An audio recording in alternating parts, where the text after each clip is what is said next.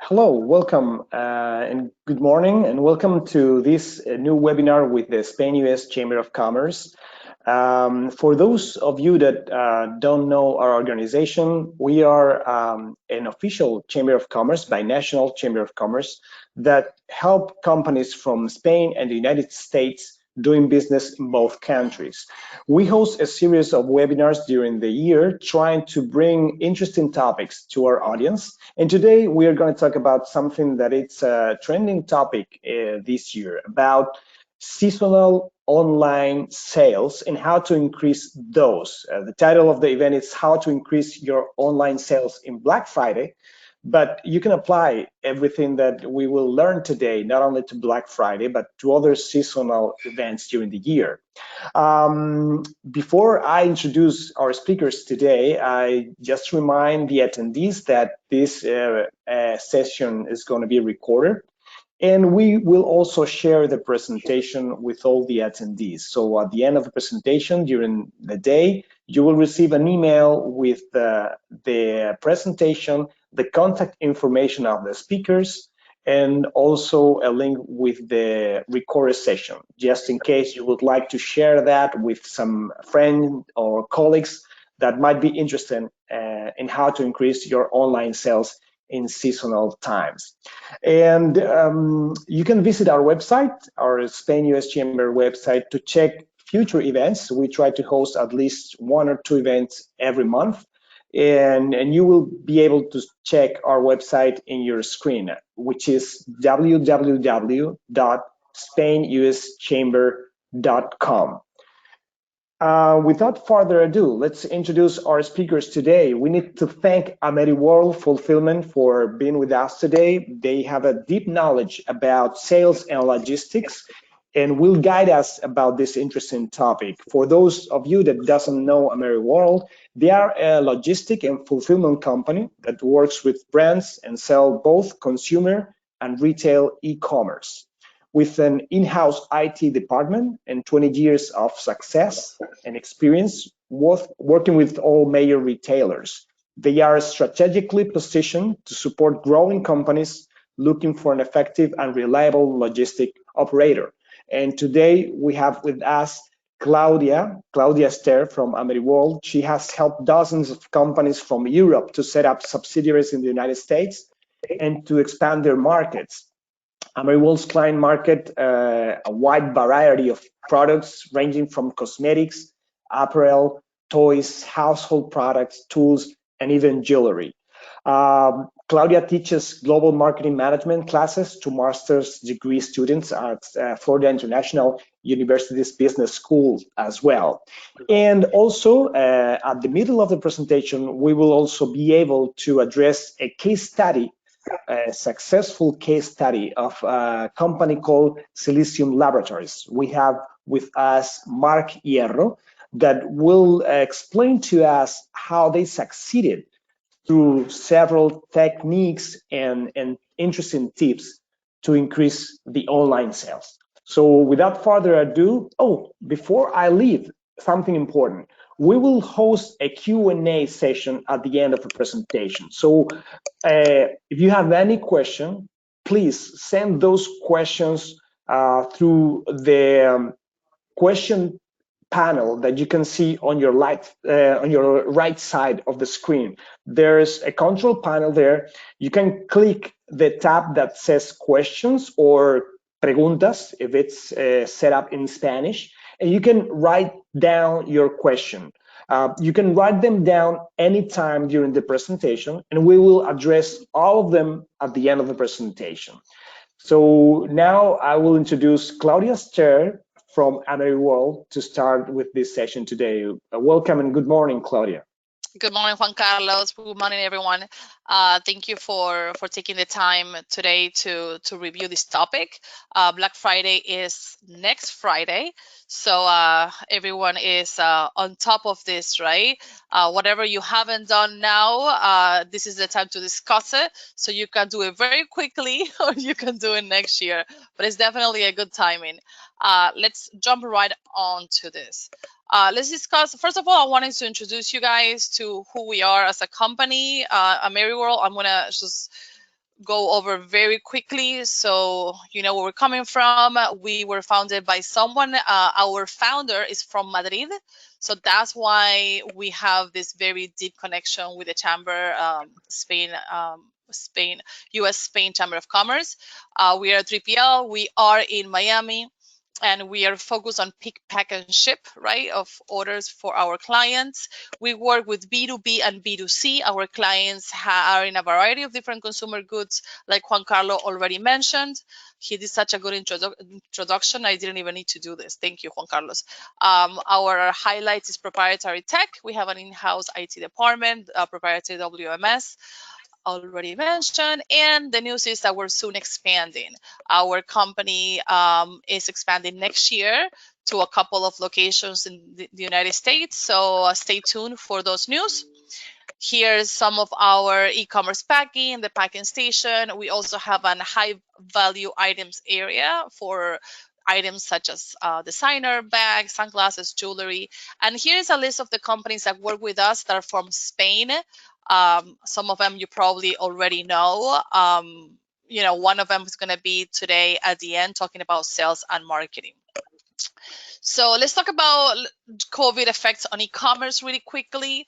The pandemic has had a huge impact on e-commerce. Basically, what the pandemic did was to push the results, the numbers that we're supposed to get, like bring them sooner than we're supposed to.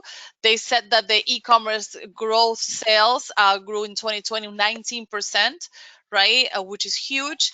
And also, they're saying that if the pandemic would have not happened, e-commerce sales for 2021, the numbers that we got in 2021 would have been in 2023. So we're kind of living in the future in a way, which is exciting if you're in this industry.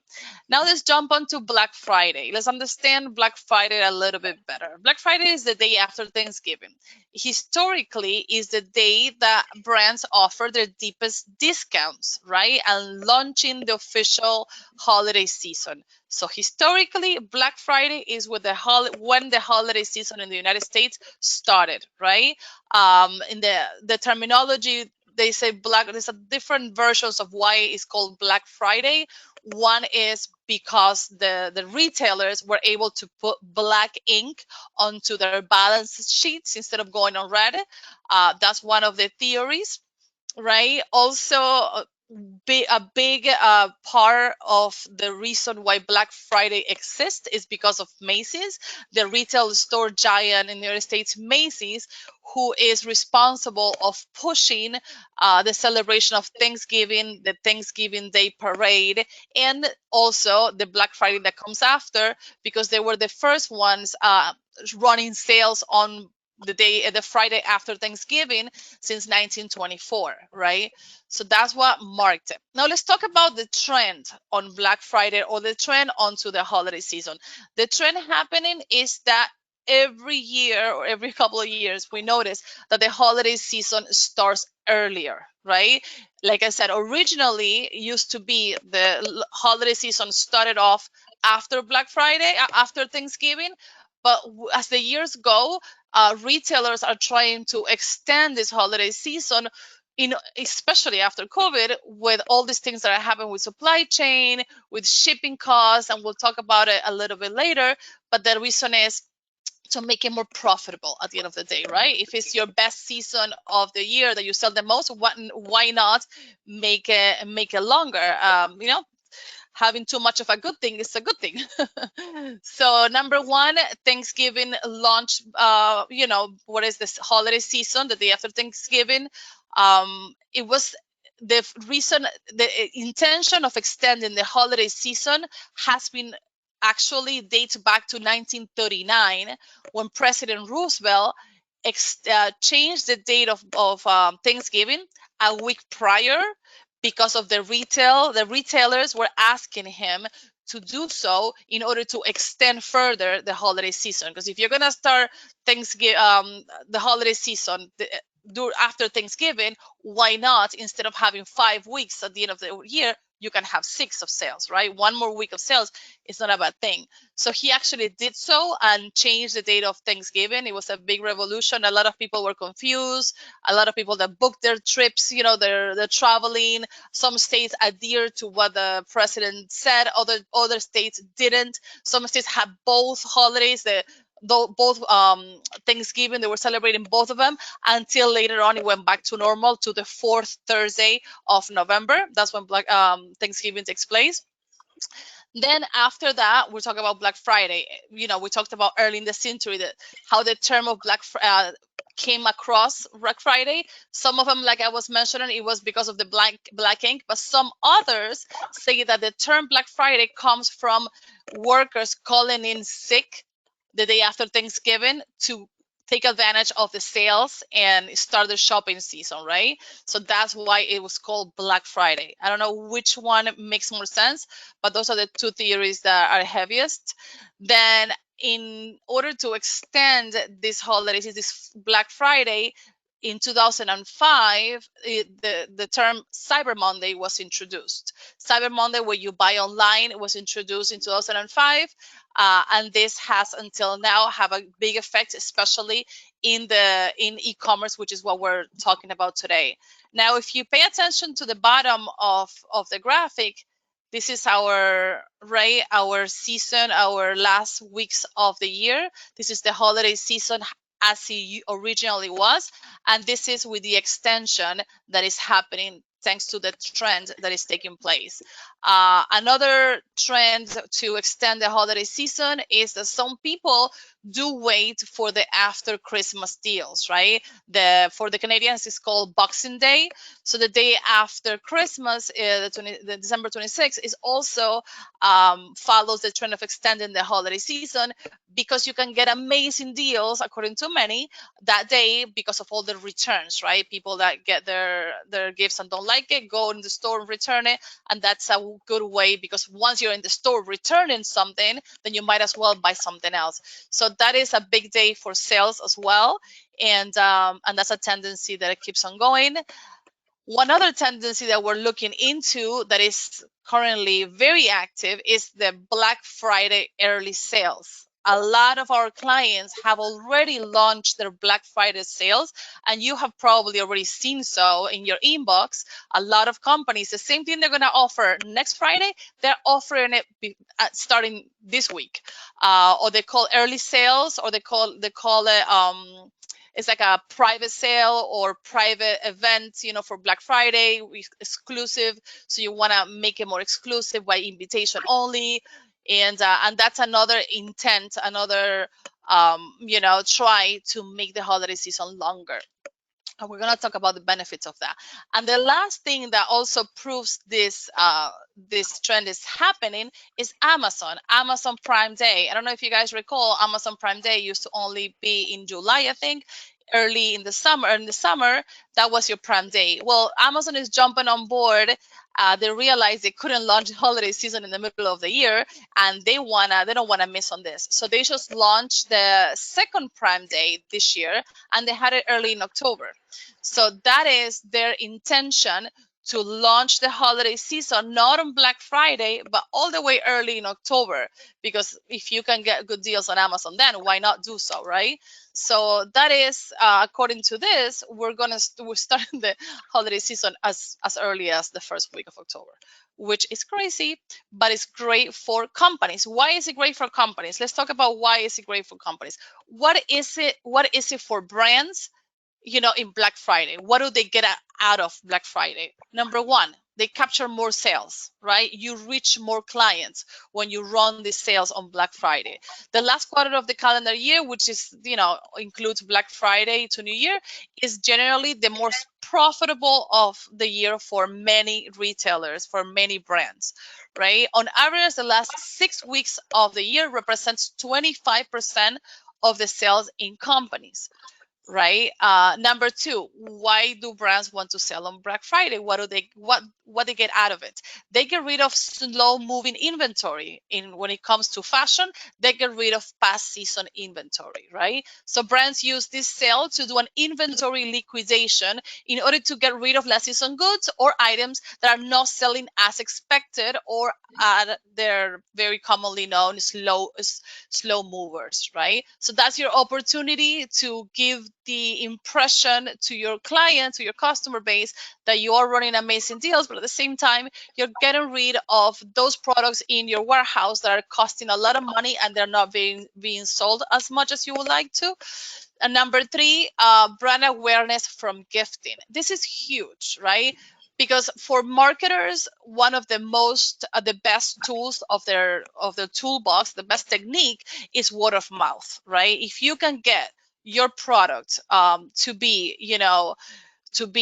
discussed, to be mentioned, to be endorsed by other users, and with a word of mouth technique, then it is a very cheap way of branding your product and of promoting your product. And it's also, and you're getting a brand ambassador for free. So when it comes to gifting season in the holidays, that's what you're doing, because people, is the first time in the year that people are not buying your products for themselves. They're buying it for someone else, which means, first of all, they really like your products. Otherwise, they wouldn't be buying it for someone else, because you don't want to give something that is going to make you look bad. So, and secondly, people tend to highly endorse the products they're gifting because they're gifting it. So that is something really good that gets out of of you promoting your brand on Black Friday. So if you feel like, oh, that's a deep discount, maybe I shouldn't give that much of a discount, think about the money you're saving on marketing that product to the person that is going to receive it. All right, so now let's talk about why it is important for brands or for retailers to extend the duration of Black Friday, that tendency that we were discussing. Why? What do we want to extend Black Friday? What do I get out of it? Number one, you save on shipping, right? Because shipping is something that ever since COVID and before, with the problems that we had with truck drivers and logistics here in the US, and now with with the fact that people are buying much more, people are getting more things, delivered at their doors. Logistics shipping is becoming very expensive. So if you want your client to be happy and get their products on time and don't spend a lot of money to get those products, to your clients, then extend your holiday season, extend your promotion, your Black Friday promotion, so people can actually buy before, and they can still get it on time. You save on logistics, you save on a special project, on overtime. One of our brands expects about 60,000 units to be sold for Black Friday sale. That 60,000 units, if we as a logistics company, 3PL, receive those 60,000 on Friday only to ship it out on Monday, let's say, we're going to have to staff our warehouse 10 times with more people. We're going to have to charge a lot of overtime. We're going to have to charge special projects because a lot of things are going to be not the way it's supposed to. And all that is going to be very costly to the brand that at the end of the day is selling the same item at a discount because it's a sale. So you don't want that. You want to extend your Black Friday. You want to start before so you don't have to spend all that money on logistics. You save on admin, on customer service. People upset. Where is my product? I didn't get my package. I want to change things. Oh, the code is not working. Your page crashed, and all these different things. Why is Amazon different price than your website? And all these things that take time of your customer service staff. You can save that because if you spread it around a few more days, you don't have to, hire extra people for that. And also, ultimately, what you want is happy clients, right? So to have a happy client, first of all, you can deliver on time, which is what you do by extending the holiday season. And they're going to get the feeling that you're giving them a better sale because it's not one day. It's the same sale for more days. So think about that. Think about why, if you can receive 50,000 orders in one day, why not spread them around 7 days? It's going to give you more of a profit because it's a lesser cost for you to process this type of operation. So how do brands get ready for Black Friday? I'm going to talk about the logistics part, and then after that, I'm going to send this to Mark, who's going to talk about marketing and sales, right? But when it comes to how do brands get ready for Black Friday from a logistics perspective, we're going to talk about that right now. Logistics planning. Planning is important, of course, in business, and especially when it comes to a sale. When you're launching a sale of the magnitude of a Black Friday sale, you need to make sure to plan ahead, because not only you need to plan your marketing, you need to plan your staffing, you need to plan your inventory, you need to plan what products you're going to have, all that. But also you need to plan with your logistics people, right? They need to know what to expect. When are you launching? They need to know what days are what days do you expect the highest volume, so they can also on their side staff accordingly. You need to staff people for processing all those orders, and you need to staff people for processing the returns of those orders. You need to train those people, and if your company has a specific requirements, that also has to be passed on to training, right? So our depends on the size of your operation, right? But a company like Mark's company, or like a few of our companies, you will need at least 5 months of preparation. You have to have your plan for Black Friday, for the holiday season, 5 months ahead. You need to sit down with your providers, with your logistics provider, with your marketing team, and then already have a plan. Here's our plan for the holiday season. This is what we're gonna do. After this, let's see how we get there. But definitely 5 months before. So June, start talking about it and have it ready for November. So this is an example of one of my clients. We have it's like a 7-page plan, right, for Black Friday, and this is just a little bit that in pink on the right side that I wanted to show you how detailed is the expectations for our Black Friday and the assumptions. How do you work on your projection? You have to do your projection. How do you know what to expect on your next year? So first of all, you have to base your numbers on your last year's Black Friday results. Then you have to add the clients that you have added to your database. So that's going to impact your next year's Black Friday. Also, the added marketing efforts that you're putting this year that you didn't last year. If you're investing more on TikTok, or you're investing more on Instagram ads, or you're investing more on Amazon bundles, right? So that's what it's going to give you more of a of sales from that side, and that has to be added onto your projection. Also, did you add staff to your team, or to your team in logistics, or to your team here? That's gonna determine the output capacity. So are you gonna add staff to your logistics, or you add staff to your logistics? Is that gonna help you? That's part of the planning too. Did you add a staff SKUs or inventory that are available for the sale, or you're going to have less inventory? Those are the things that you have to take into consideration when you're preparing your projection for Black Friday and the holiday season in general, right? And this, what is on the right, you guys can read it on your own, but it's interesting to see what things that they're looking into when preparing their holiday season. Another thing to keep in mind also, and to plan very carefully, is when you do the logistics planning, is the channels, right? Yes, we're preparing for Black Friday, we're preparing for the holiday season, but what channels are you preparing to? Do you sell online, or do you also sell to retailers? If you sell to retailers, then the preparation is even before that, right? Because retailer orders come out from your warehouse weeks before the actual date of Black Friday. And for that, you need to communicate with your retailers. Do they have a special request? Sometimes they want a special ticketing, a special bagging, a special bundling, a special kitting, all those things that they want to do. You need to plan ahead, have those conversations with your retailers, and have that conversation also with your logistics partner, so you can make sure everyone is on the same page. And then lastly, returns. That is a very important part of your planning because the customer experience doesn't end when the client receives the product. If there is a return that needs to be processed, that has to be done effectively on time on the customer side and also on your side, because you want your 3PL, your partner, to make sure to inspect that return, and if it's in good shape, put it back on inventory so you can sell it again, right? But you want that done quickly, especially if you are liquidating items, right? If you're liquidating items, a lot of times returns are not available. But if you don't want the client to know that's a liquidation and you want to receive the returns, you want to put it back on inventory to sell it, right? So those are things that needs to be considered when planning your logistics for Black Friday. So to continue the conversation on how do brands get ready for Black Friday, I'm going to pass the baton to Mark, because he is going to talk about the marketing and sales. And Mark is the CEO of one of our client companies, and he's been with the company. His company has been, his family's company has been with us for 15 years.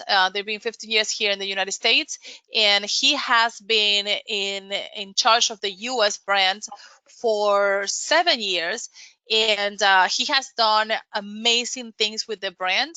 And it's interesting to see how he took a brand that was very from Spain, right? The packaging wasn't right. It was very, those kind of brands that when you go to the store you pick it up and you're like, oh, it's not from here. It's still great because it's a great product, but you can tell it wasn't from here. And he grabbed it, and honestly right now is as American as any other brand, and he is selling hundreds of thousands on Amazon. So definitely someone interesting to listen to. If Mark, you can make the full screen so we can see your presentation, it will be Yeah, great. hold on. I wasn't sure which screen was it showing. There you go. This. Yes. Yes, so here I am. Thank you, Mark. Okay. Hi guys, I'm Mark Hero, CEO of Silesium Laboratories. We are a family-owned company based in Miami with 14 years of experience in the US, a manufacturer of dietary supplements with over 20 years of experience globally. And today I'm gonna talk about especially about before getting ready for Black Friday. And thanks Claudia and Juan Carlos and the US Chamber of Commerce for allowing me to be here and sharing our case study. I know today I was supposed to talk about getting ready for Black Friday. However, based on my experience and a few years of trial and error, I will share a few useful tips to avoid wasting money and time in actions that won't perform unless you have a retail ready product that sells and a sustainable strategy. So this is what I believe it matters the most. Black Friday doesn't work if your brand isn't ready. So I will take the opportunity to challenge your brand, and so you can decide if you are even ready to get into the US market. If you have a small business, I'm sure you know the basics of setting up a competitive Black Friday strategy with email campaigns, promo codes, and so on. It can get really expensive. However, understanding the opportunity of your brand can be challenging. Is your brand ready for Black Friday? The first thing I will mention is the packaging. Understanding your potential. What's the potential of your brand? Are you sure you are targeting the right audience? The next thing is the packaging. This was the most challenging thing for us. We started with a European packaging. And since I was told that I was going to have a Spanish audience and the most visual change of our case study is the packaging, I'm going to show it how it got into a transition. And this is just my personal recommendation. The recommendation I will give to myself if I had the opportunity, because my first Black Friday back in 2015, I just sold $2,000. So it's not just all about bringing one product across the ocean and spending on advertising, as many people may think. it works. So my question is straightforward. Is your brand ready for the US market? Is your product ready? The next thing I'm going to talk about is the consumer trends, and this thing I will call influencer marketing, how we do to get into influencers, how we touch them, and how to impact their audience so we have a database ready for Black Friday. And last but not least, logistics. I cannot emphasize more when I speak with Spanish or European companies that Silesium is in business thanks to the vision of the founder of Ameriworld, Julian, who knew the needs of Spanish companies coming to the US, David Trusman, the CEO, and thanks to the tips of Cloudya that we are always sharing at the office and with other companies when promotions like these are coming up, so we all can brainstorm and share what's going on, what's going to happen, and for some reason they know what's going to work and what's not, so even before products hit the market. So okay, that was our European brand. I guess you have something like this in your hands.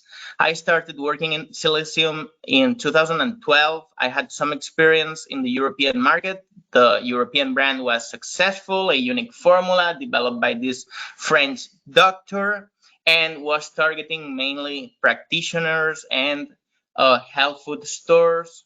Here you see an example of an ad in an alternative medicine magazine, very famous in Spain. And this is a supplement just for you to understand the context as magnesium, iron, calcium, or any natural remedy you use. So this may be a similar situation you are bringing in, the type of success story that is exciting for all entrepreneurs, a product that has worked elsewhere in another market, and you bring here to the US. So that's what I started with. The US office was open in 2008 with the help of Ameriworld. The company hired a few sales managers. They used a copy-paste strategy, replicating the same actions that work in other markets. They attended a few natural product shows. The sales grew. However, the sales weren't significant. They got stagnant after a couple years. And after considering closing operations in the US, that's what brought me here. So the challenge of retrieving the sales and being impactful and growing sales. So next thing, so you can see here the American concept we brought, almost identical to the Spanish brand. After almost 2 years of trying different strategies, I had my diagnosis, what was the real problem, why the brand wasn't selling. So why do you think it wasn't selling? These bottles don't even have claims on it. The brand was kind of different, slightly different, but it's very difficult to understand what's the product for. And the problem I think we got as a brand was the success. We were reluctant to change the branding, the image. And that's something that you can do pretty fast if you work with a fulfillment center such as Ameriworld, who can relabel all your stock in a matter of weeks. We've done that in the past. And so this was our case study. We did change the branding. We did a few tweaks here and there after the years, but the sales were not significant. The product was not retail ready. Hear that. It wasn't retail ready. So I wonder how attached you are to the beliefs you have about your brand. It's something you cannot touch. What was our main fear when facing this change? well, but was losing existing sales or the break even point. How do you explain to management that you have to change the complete branding to start selling, especially when they have had success after many years in different markets? So I got to a point that was me or them. So it was our main challenge. So after a few years, a few months working on branding, we came up with this proposal. They loved them. It was fresh. We did use the exact same formula, the exact same product.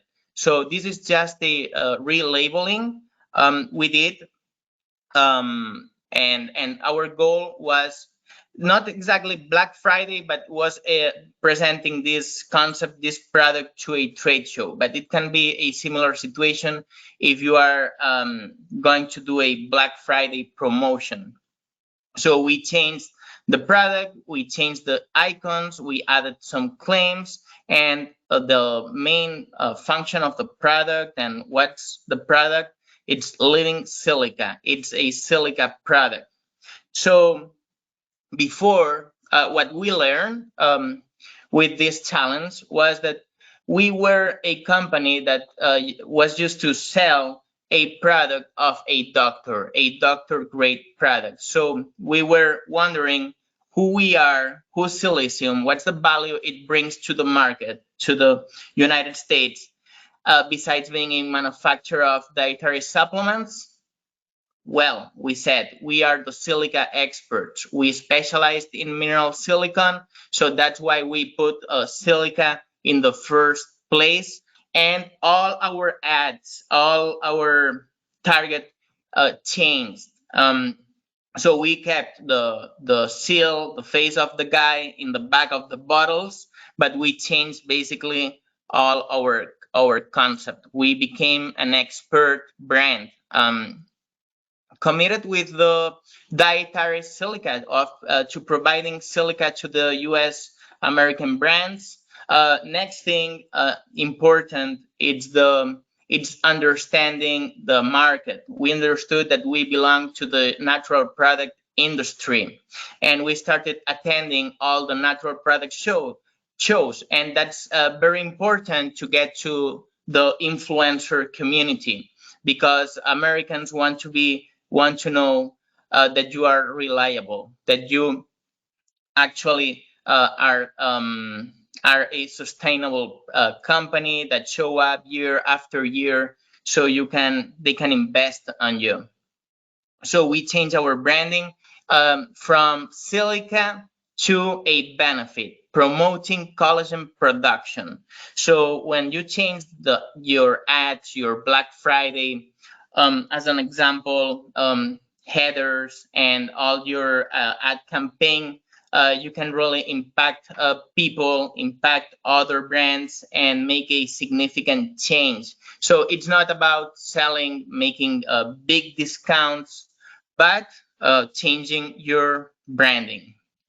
So we did change that on the front of the label. We became one of the first vegan collagen boosters of the category in 2017. With this subtle change and asking ourselves who we are, what's the value, with the exact same product, but with a different label. So what this matters. We were selling most of our sales volume on Amazon, and we became very known as a collagen booster, as a vegan collagen booster. Today, many people think that Amazon it's the king. Yes, it is. However, it has many risks. This is what happens today when you go on Amazon and write and search vegan collagen booster. We are not there anymore. So it's a complete risk. Every year you find 3 or 4 new brands copying your concept. So okay, maybe doing Black Friday promotions and very aggressive promotions on Amazon will help you sell more. And yes, that's the key. You get people to try your product. However, you gotta think ahead and understand that all these brands, all these new brands are actually the ones that I'm showing, are copying your concept, are selling the products less expensive than yours and promoting the same benefits. In Amazon, there are no laws. So Silicium uses Amazon to get to new, as a way to advertise our brand. And then we move the sales to, we have a strategy in place to move our sales to our e-commerce. So what we learned, there is people already in the market doing better marketing, and this is an example of our biggest competitor. They sell on Amazon. However, you don't find them if you search for silica. So they send all their sales to their website, and they do the difference. They make the difference there. And this is the last part, influencer marketing.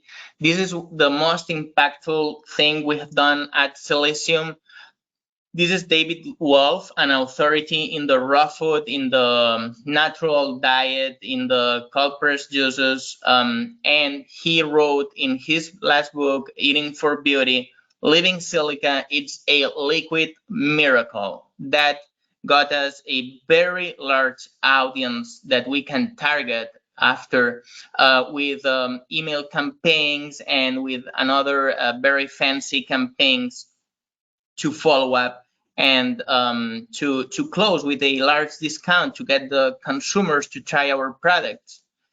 This is the second one, Anthony Williams. It's the medical medium. You may think it's kind of esoteric, the medical medium, and however, he had a comparative article in his blog showing the difference between different types of silica, the different grades of silica. And it's a good thing now sending our ads to their blog so people can understand from an independent source what an authority with over 4 million followers think about what silica you should consume.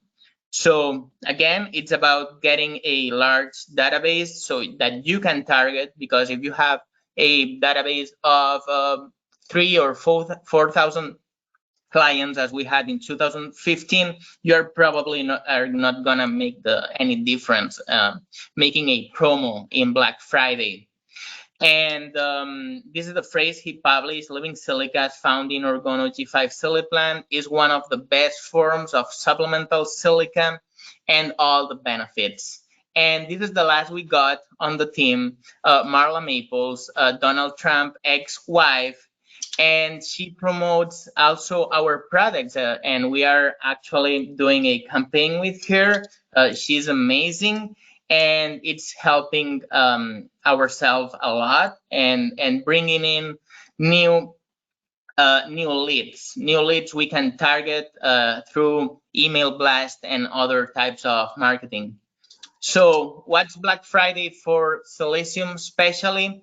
As Cloudya said, there is a pre-Black Friday that for us it's gonna start on Monday.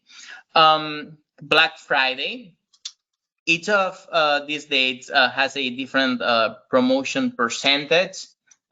This follows a strategy multi-channel with Google, Meta, Instagram, Facebook, and we have a post Black Friday, which is Cyber Monday, Digital Tuesday, and we even extend the promotions more. So now I will leave some time for questions, and I hope to bring some value besides that. Thank you. Amazing, Mark. Thank you so much. Great presentation. We're gonna open the floor for the Q&A. But by opening, I want to ask you one question about your presentation. Juan Carlos, do you allow me to? Sure, go ahead. I have a question, Mark. What has been the direct impact of using these influencers? Can you tell us a little bit more? Because you mentioned the Donald Trump ex-wives and the guy that is very well known in the industry. When you use them, did you see how many? I don't know if you want to say how many sales, but what is the percentage that your sales increased that month or during that week? Well, a 200%. We increase sales year over year, and every year it's more significant. And now our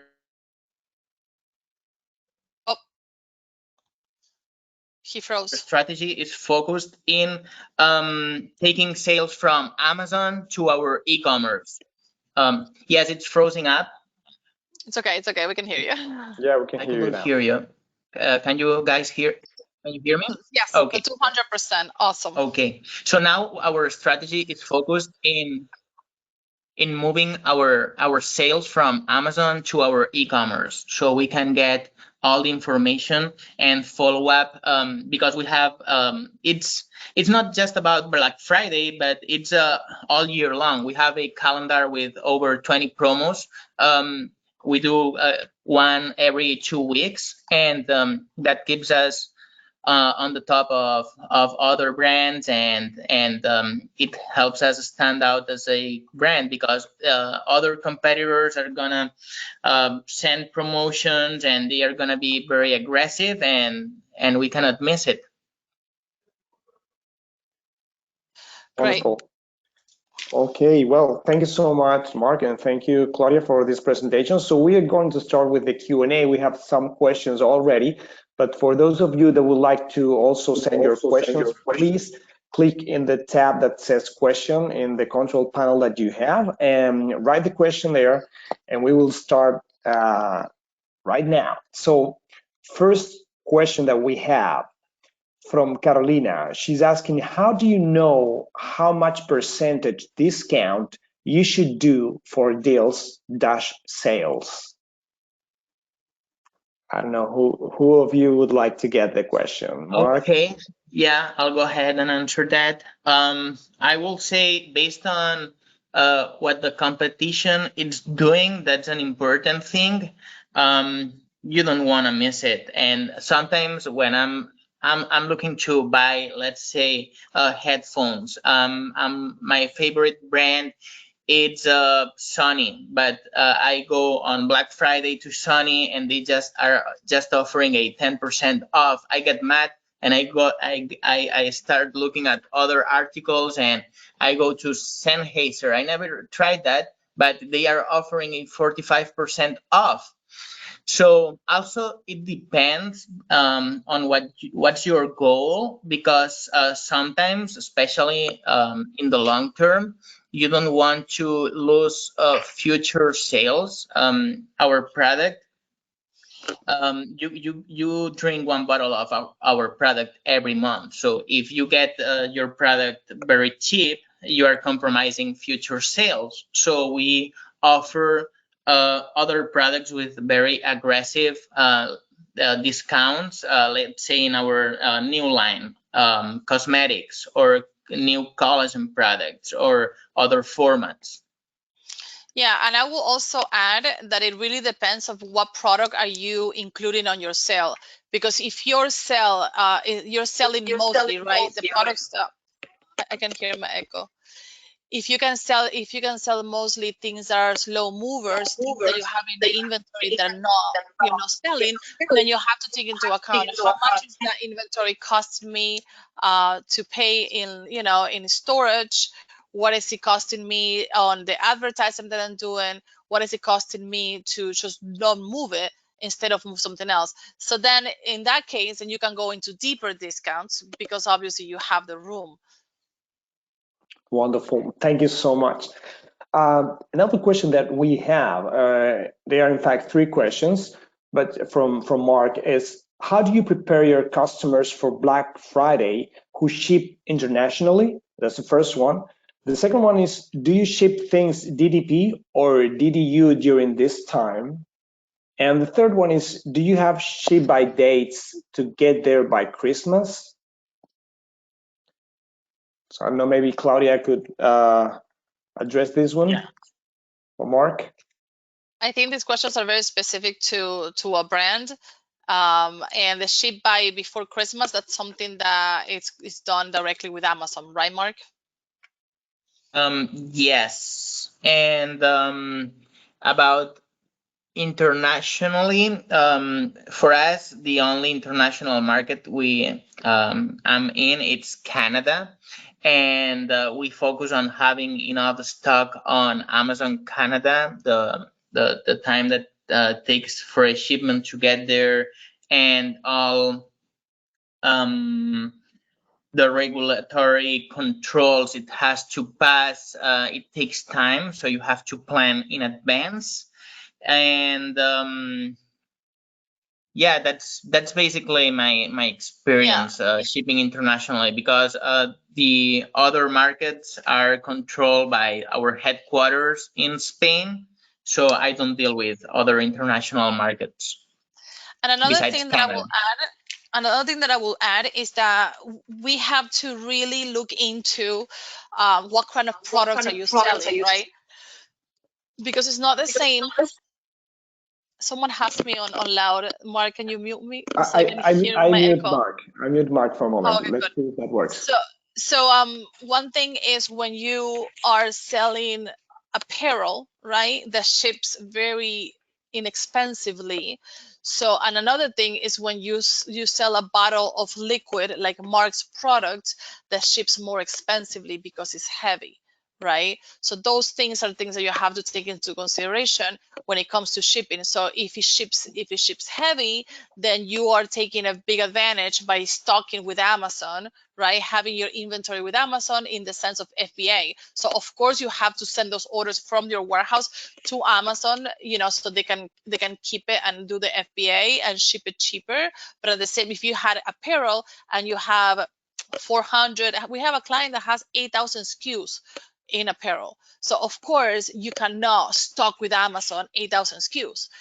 So those are things that you have to analyze when it comes to deciding on the shipping, how much time do you give, where do you ship, and things like that. Thank you so much, Cloudya. Another question that we have for Mark, it's how much did you invest to convert the silica as the leader of the category? I guess all your marketing strategy must be backed by a huge marketing budget. Talk about the budget, Mark. Yes, that's right. You need a big budget to get in the United States. I'm not gonna lie. I was lucky because the company already opened operations before I came in. So as I said before, the company was in a break-even point.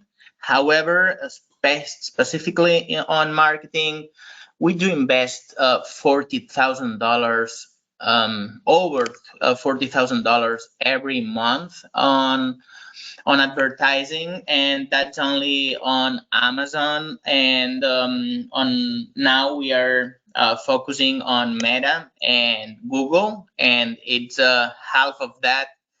And there are other investments, especially when you are if you are selling in America. My recommendation is hiring American people who understand the market, and you don't have to be constantly training.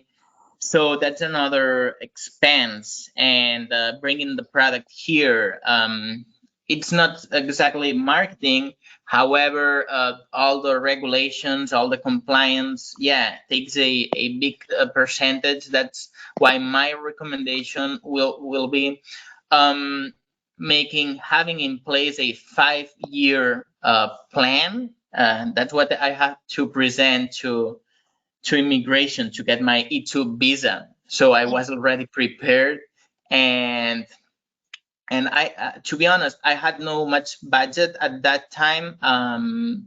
with influencers, it's really helpful having product. They want to trade product. You can offer them $50,000 worth of product for free in exchange of one video, and you gotta start there and try with many different influencers, and you'll find over time the one, I will say. Thank you That's so much. very. No, go It's just ahead. to Sorry. highlight something that I like that he said. I know we only have 5 minutes left. I like that the fact that yes, have a plan. You know, the 5-year plan is very important because a lot of companies that I talk to, they are expecting that the first year they arrive to America, they're already making profit. And yes, America is a huge market, but you really need to know how to write it, and you really need to present yourself. And you know, maybe in your country you're very well known, but here you need to start from zero.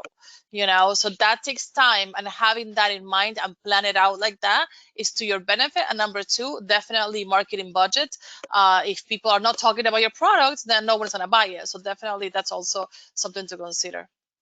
Thank you so much. Yes, it's really important. I will add the last thing on Amazon. Everyone is betting on every word. So there are 1,000 products, 1,000 brands with marketing Categories, teams betting on every category. Silica supplements for skin. So it's completely true. You need to measure and have a budget ready.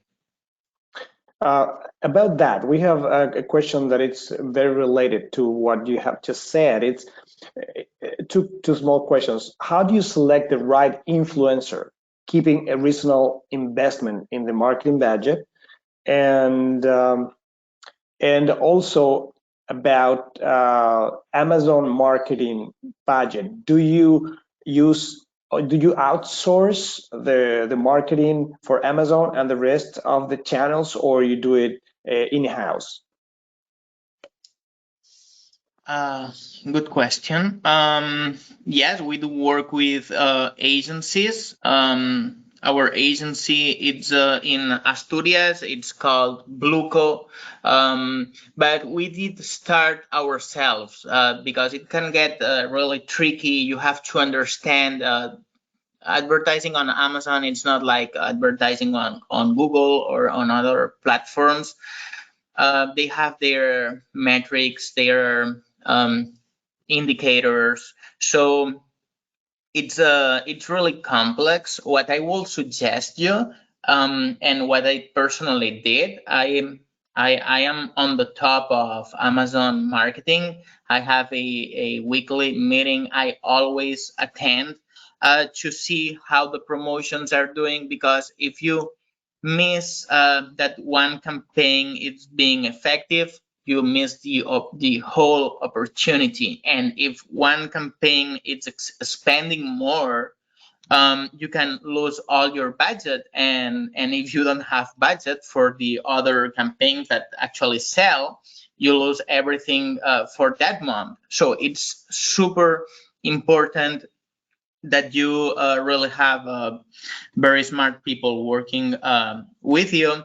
And in regards of how choosing your the right influencers, that's the real challenge for me, because as I said before, we had a perception, an interpretation of our brand. We thought we were our product was sold almost as a conspiracy theory against big pharma. So when I moved to the US and I tried to knock that door to these people, they had a different perception about my brand, and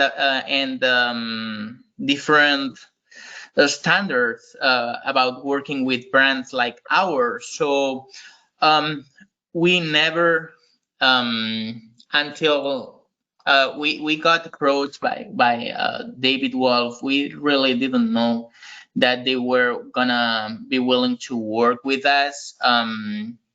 That's the key. what you gotta find out, the affinity. Most of them go to trade shows, in our case, natural product trade shows, and they are looking for reliable brands. They are professionals specialized in their industry.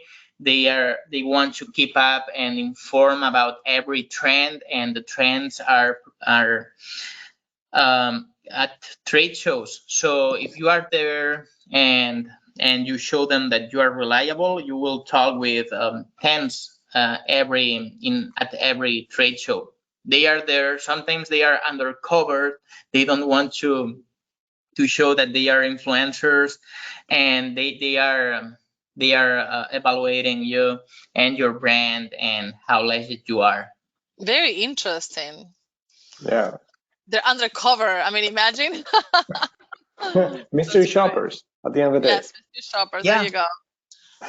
Claudia, we Wonderful. have a question for you. Is it possible to sell products in the US through a fulfillment partner without having presence in the country, or you need someone to be there?